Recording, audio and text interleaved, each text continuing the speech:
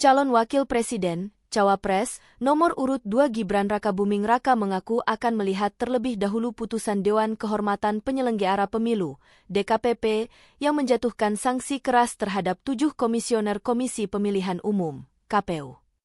Ketika awak media menanyakan respons Gibran atas putusan DKPP tersebut, ia bertanya kembali karena belum mengetahui.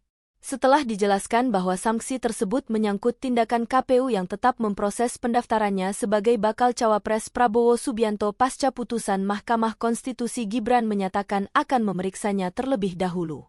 "Nanti saya lihat dulu ya," kata Gibran saat ditemui awak media di Senayan, Jakarta Pusat, Senin 5 Januari.